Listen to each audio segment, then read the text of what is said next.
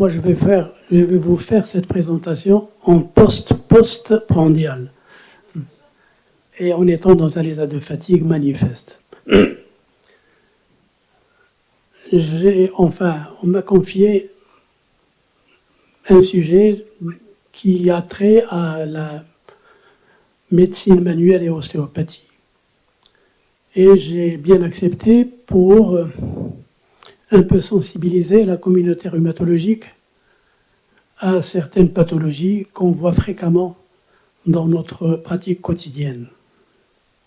J'ai choisi le dérangement intervertébral mineur, qui est, à mon sens, un exemple de cette pathologie fréquente. Alors voilà, on va suivre. On va parler d'abord d'un cas clinique, et puis on fera obligatoirement quelques rappels anatomiques et sémiologiques pour planter le décor. Et après, on passera à certains tableaux cliniques qui sont, à mon avis, les plus fréquents. Pour terminer par parler de quelques aspects thérapeutiques concernant le DIM. Alors, je vous ai choisi l'exemple de cette dame, secrétaire de son État, qui sont sans antécédent particulier et qui présente depuis 1 an suite à un faux mouvement. Un faux mouvement, il voulait prendre son bébé du siège arrière de la voiture alors qu'elle était devant le volant. Elle présente depuis ce jour-là des douleurs lombo-fessières droites, mécaniques, d'aggravation progressive, évoluant sur un fond plutôt chronique avec quelques poussées très dérangeantes. Et curieusement, elle commençait à souffrir également, après cet incident, de douleurs abdominopelviennes droites avec un météorisme abdominal. Alors, on lui a conseillé d'aller voir un gastro. Elle en a vu 3 ou 4. Elle a été bien bilantée sur le plan digestif, sans aucun résultat. Et puis, on lui a suggéré d'aller voir un gynéco. Et là aussi, le gynéco n'a rien de trouvé de particulier. Elle a vu quelques médecins généralistes et un traumato qui lui a demandé de faire une IRM lombaire et du bassin pour voir.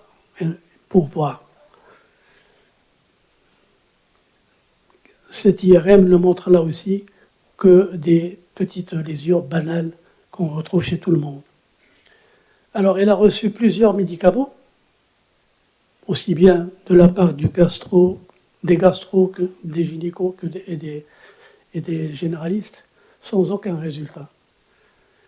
Ou plutôt avec des résultats éphémères et incomplets.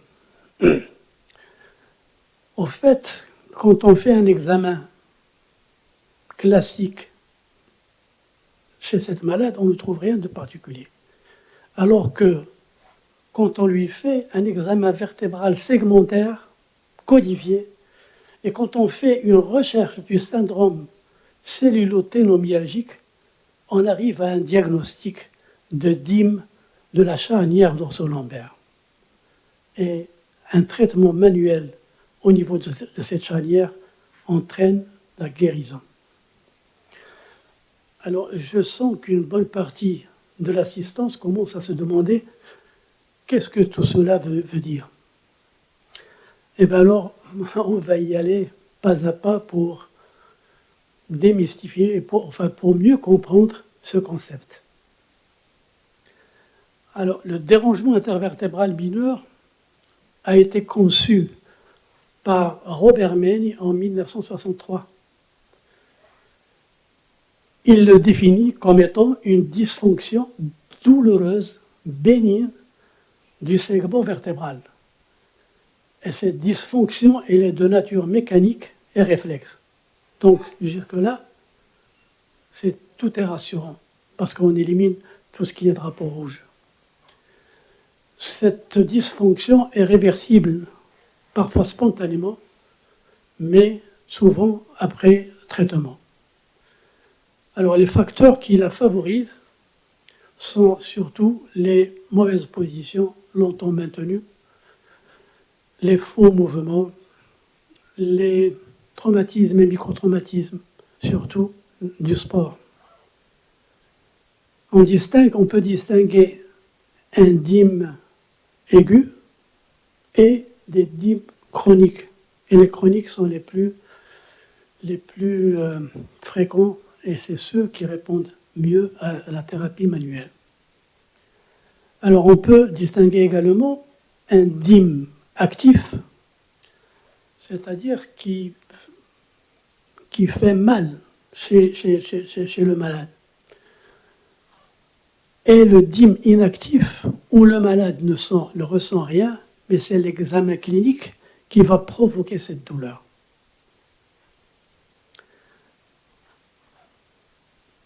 Le rappel anatomique indispensable, ça concerne les éléments du segment mobile. Puisqu'il s'agit d'une dysfonction, donc elle s'intéresse à un segment qui est mobile. Et alors, ce segment, il est constitué de 2 vertèbres. Deux vertèbres adjacentes, et les éléments qui bougent dans cet élément, dans ce segment mobile, c'est le disque, c'est l'articulation postérieure, c'est le ligament interépineux et c'est les petits muscles qui sont attachés, qui sont adjacents à ce segment mobile. Un autre élément important pour comprendre le dym, c'est l'innervation. Alors nous savons tous que le nerf spinal, ou nerf rachidien, dès sa sortie du canal de conjugaison, il va donner naissance à 2 branches. Une branche antérieure qui va être destinée à la face antérieure du tronc et aux membres, et une branche postérieure, qui est là, qui va être destinée à la face postérieure du tronc.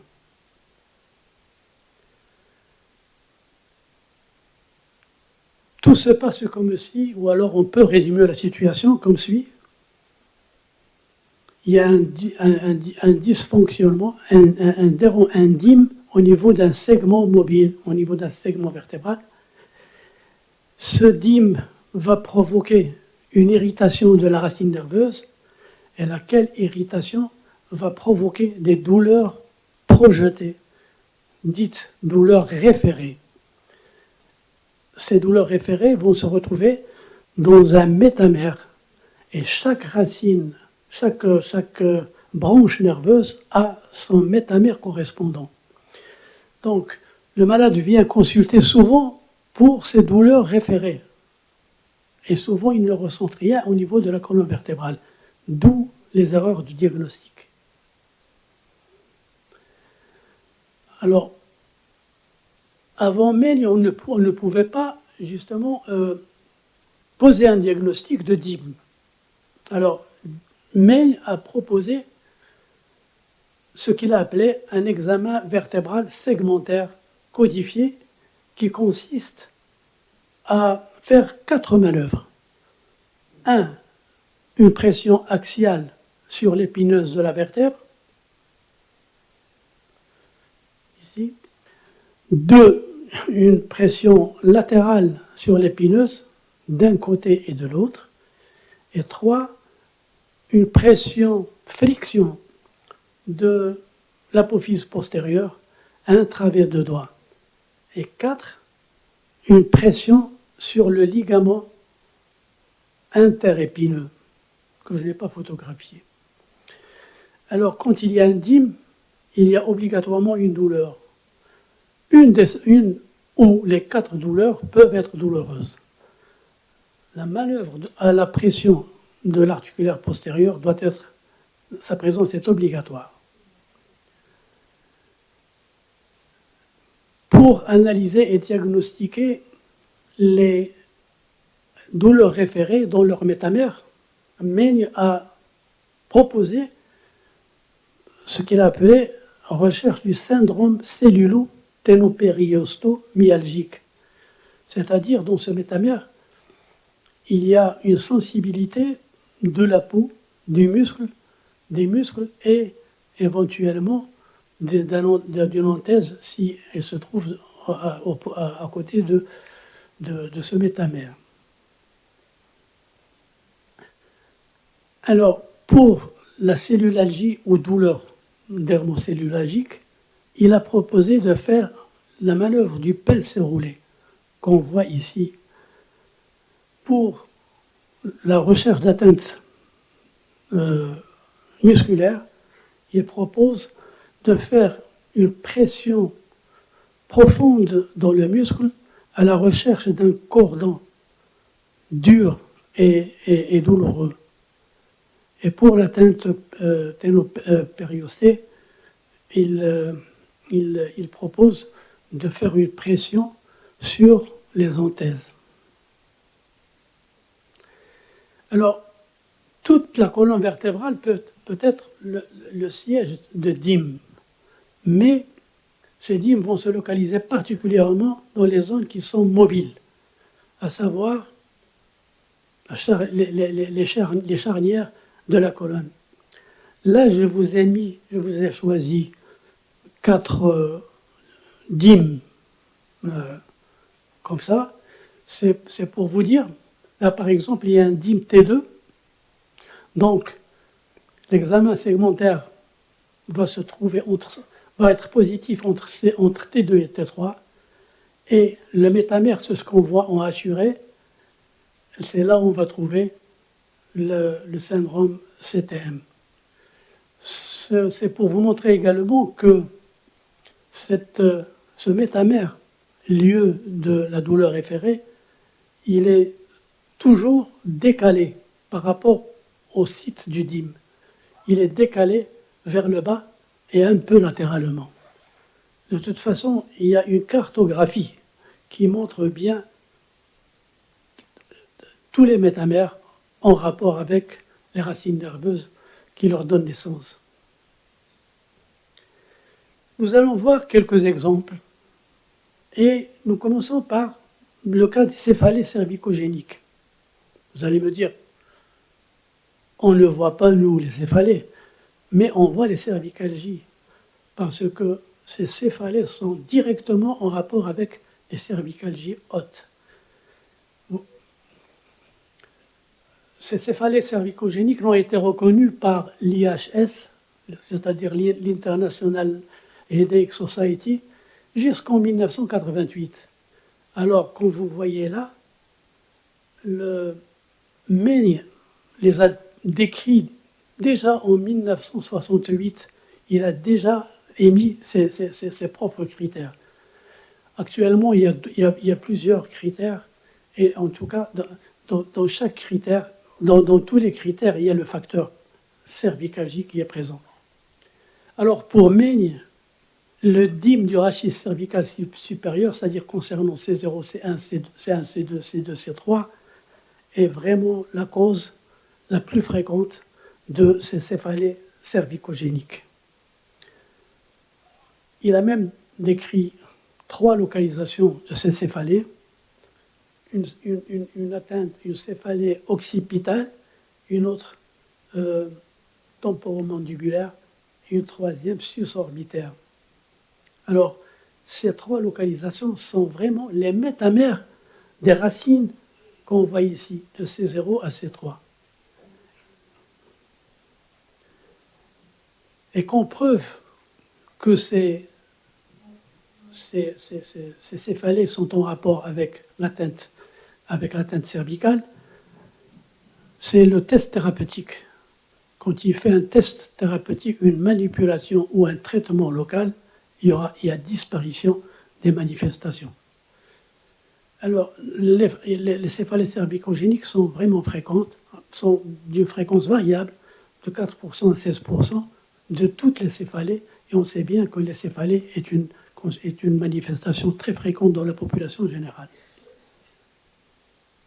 J'ai marqué ici controverse parce que pour Meigne, le DIM, c'est la cause de ces céphalées cervicogéniques, alors que pour d'autres auteurs, il n'y a pas que le DIM, il y a d'autres étiologies, particulièrement musculaires, ou alors des causes de compression directement du nerf. Et quand on parle ici du nerf, c'est principalement le nerf d'Arnold. Deuxième exemple, c'est les dorsalgies d'origine cervicale. C'est ce qu'on appelait avant les dorsalgies fonctionnelles ou dorsalgies communes. C'est d'ailleurs la cause la plus fréquente de dorsalgie. Mène à identifier ou individualiser un syndrome qu'il a appelé douleur intercostale avec un point au niveau de T5 qu'il a appelé point cervical du dos, et il y a une cellulalgie attenante à ce point, comme on peut voir ici. Malheureusement, ce n'est pas bien visible là-bas. Alors là aussi, le test thérapeutique est parlant, car en faisant un traitement manuel au niveau cervical bas, il y aura disparition de la dorsalgie. Un autre exemple de dorsalgie liée au DIM, c'est le syndrome de l'angulaire. Il n'y a pas que le DIM qui est en cause là, mais Maine dit que le DIM peut participer ou peut être la cause de l'angulaire. Parce que justement, en manipulant, et là quand il parle de DIM de l'angulaire, c'est différent, le niveau est différent, c'est C3, C4 ou C4, C5. Là aussi, j'ai marqué controverse parce que tout le monde n'accepte pas ces dires. Et de toute façon, c'est difficile à prouver ce qu'il dit, parce qu'il est en train de se justifier sur des choses qui sont fonctionnelles. Donc, le niveau de preuve est vraiment modeste, sinon nul. Mais, pour les adeptes de la MMO qui suivent cette théorie, le DIM est vraiment incriminé, et la thérapie locale est vraiment intéressante. Le troisième cas, et le dernier, j'ai choisi le syndrome de la charnière dorso-lombaire, syndrome qui porte le nom de l'auteur. Et là, c'est sans équivoque. C'est le syndrome accepté par tout le monde. C'est le syndrome qui fait de cet auteur, qui donne à cet auteur toute sa valeur. Et grâce à ce syndrome, Maine est devenu connu dans toute la communauté médicale internationale. Non seulement ceux qui s'occupent de l'appareil locomoteur, mais également les sociétés de gastro-entérologie, de gynécologie et d'urologie. Et en parcourant la littérature, on trouve beaucoup d'écrits récents qui émanant de ces sociétés pour parler justement de l'importance de connaître ce DIM de la charnière dorso-lombaire et pour le traiter, efficacement. On va voir comment on peut traiter en dehors de la manipulation. Alors, ce syndrome, il donne une symptomatologie vraiment polymorphe et très diversifiée. Et ceci se justifie et s'explique plutôt par la diversité de ces innervations. Là, à partir de la charnière dorso-lombaire, quand on dit charnière dorso-lombaire, on parle principalement de T11, T12 et de T12, L1. Mais on peut lui rajouter T10, T11 en haut et L1, L2 en bas. Tout DIM dans n'importe quel segment de ce que je viens de citer va retentir sur l'ensemble et va donner pratiquement la même symptomatologie. Alors, l'innervation, il y a la branche antérieure, la branche postérieure et une branche latérale qui se détache de la branche antérieure. Et si on voit ça de plus près, la branche postérieure va intéresser la partie lombaire basse et la partie fessière, et ça va créer un diagnostic différentiel avec les douleurs de la sacro-iliaque et le syndrome du piriforme. Les douleurs de la sacro-iliaque, et c'est là la prescription abusive des IRM du bassin, au bonheur du radiologue. Ici, alors, la zone qu'on voit ici, c'est la zone où on va trouver la cellulomyalgie grâce au pinceau roulé. Et là, on voit une petite croix qui se trouve sur la crête de l'aile iliaque. Et là aussi, ça fait partie des éléments de diagnostic. La branche antérieure, elle va innerver et concerner la partie abdominopelvienne basse, la partie inguinale et la partie supéro-interne de la cuisse. Et c'est cette branche antérieure qui va être source de difficultés de diagnostic, particulièrement quand elle est la seule visible, la seule active. Parce que ces trois localisations peuvent être parlantes, douloureuses en même temps, comme il peut s'agir d'une seule ou de deux de ces trois manifestations. Alors, là, c'est la projection, ou plutôt le métamère de la branche antérieure qui va être source de douleurs pseudo-viscérales, gynécologiques, gastro-entérologiques ou urologiques, et c'est le cas de notre malade. Et puis la troisième, la branche latérale, elle va descendre perpendiculairement en plein milieu de la cuisse, la face latérale de la cuisse. Elle va être source de diagnostic différentiel avec les périarthrites de la hanche et également avec la méralgie paresthésique. Bien que leur territoire est un peu différent pour les connaisseurs. Alors, on arrive au traitement et le diagnostic du DIM est manuel. Le traitement l'est aussi.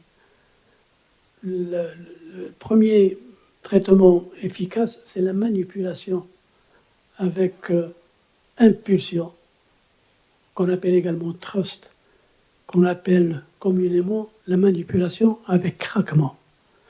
Et bien, cette manipulation, elle donne de très bons résultats, mais à condition de respecter certaines règles. Ces règles sont la règle de la non-douleur et du mouvement contraire, comme ça il n'y aura pas de problème. Et puis, comme j'ai dit, elle a ses propres indications et ses contre-indications. Qu'en est-il de l'efficacité de ces manipulations? Eh bien, pour les malades et les pratiquants, tout le monde est content. Mais quand on va voir l'évidence-based médecine, c'est un peu différent.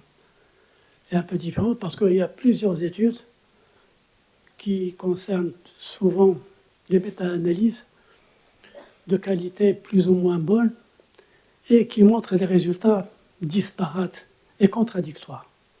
Mais grosso modo, on peut dire que ces études montrent qu'il y a une efficacité de cette manipulation, une efficacité modeste et de courte durée.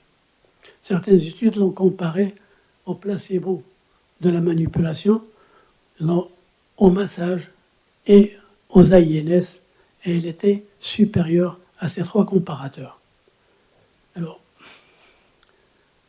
les autres techniques, je cite tout simplement les manœuvres de détente musculaire, dont fait partie le myotensif, qui est une méthode très efficace qu'on peut utiliser, particulièrement quand il y a une contre-indication ou quand on ne peut pas faire une manipulation.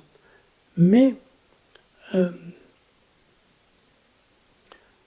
ça demande quand même un travail de la part de l'opérateur. Ça consiste à faire un contracté et puis un relâché et un étirement. Il y a également les étirements transversaux pour les muscles qui se trouvent dans ce métamère. Et puis les autres traitements. Dans les autres traitements, on doit citer les infiltrations dans l'articulation interapophysaire postérieure de corticoïdes, qui donnent des résultats aussi bons que la manipulation vertébrale.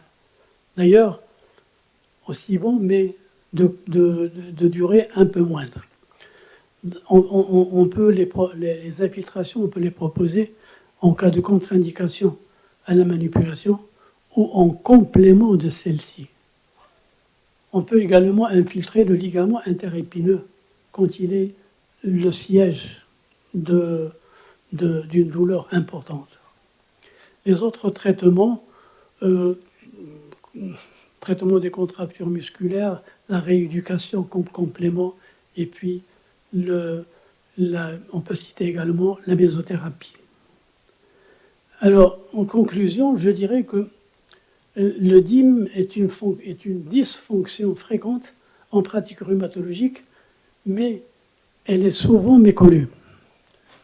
Et pour le diagnostic, il faut obligatoirement faire un examen vertébral segmentaire et une recherche du syndrome CTM. Et il faut obligatoirement éliminer les drapeaux rouges. Alors, quand on a toutes ces données, on peut oser faire un traitement manuel local. L'intérêt du diagnostic, c'est de connaître la cause exacte de la douleur du patient et de lui expliquer. Parce qu'avant, on ne pouvait pas l'expliquer.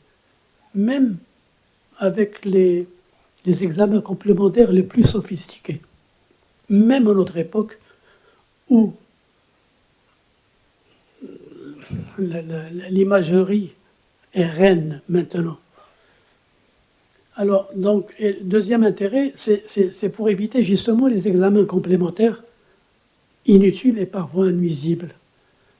Et troisièmement, c'est pour donner un traitement simple et adéquat. Donc alors, quand on connaît, on peut aller rechercher. Car on ne recherche que ce qu'on connaît et on ne trouve que ce qu'on recherche. Mais encore faut-il y penser, même pour les initiés. Parce qu'en y pensant toujours, on n'y pense pas assez. Merci de votre attention.